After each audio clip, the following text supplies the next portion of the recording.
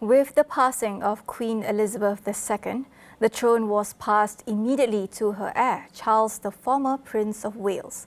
Commenting on how this new era of monarchy would shape Britain and beyond is Tan Sri Dr. Munir Abdul Majid, Chairman of CARI Asean Research.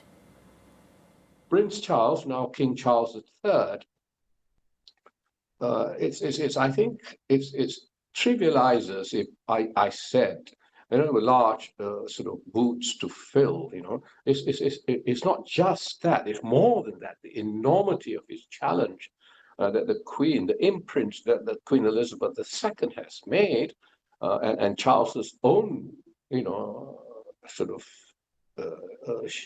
shakiness in terms of his, relationship with now the Queen consort, and so there are so many, his divorce with Princess Diana.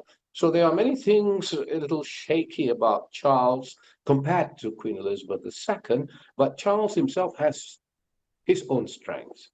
He is quite devoted to diversity of religions in the world. He has shown deep understanding and respect, for example, for Islam, the true Islam, and he is that kind of man, and people will especially in the Commonwealth, take to that kind of thing. He's also very deeply committed to sustainable development, biodiversity, preservation of the environment, very, very, very devoted to it.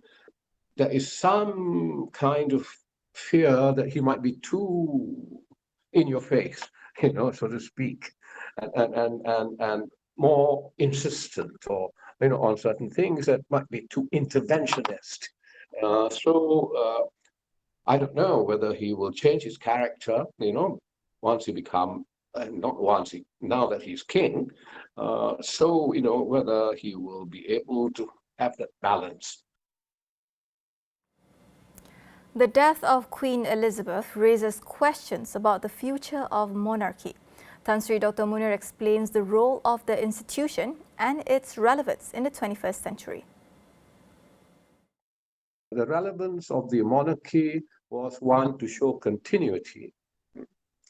Whilst, over 7 decades, you can show continuity where governments, prime ministers come and go. So it is a good foundation, the feeling of something always there. I think that's one of the reasons why people feel so sad, she was always there. But then the monarch, to do that must be dignified, and be shown to have devotion to duty. And in a constitutional monarchy situation, without access, without trying to interfere, in executive work or judiciary or what have you. So, she was able to do that. Now, what is the point of it? Because on the other hand, people say, what's the cost, of the monarchy in England, and there's a lot of debates on that, especially now, because things are very bad for those in the lower down society in the UK, the working classes and so on. And this is one of the things which both the British government and the new British monarch, have to address.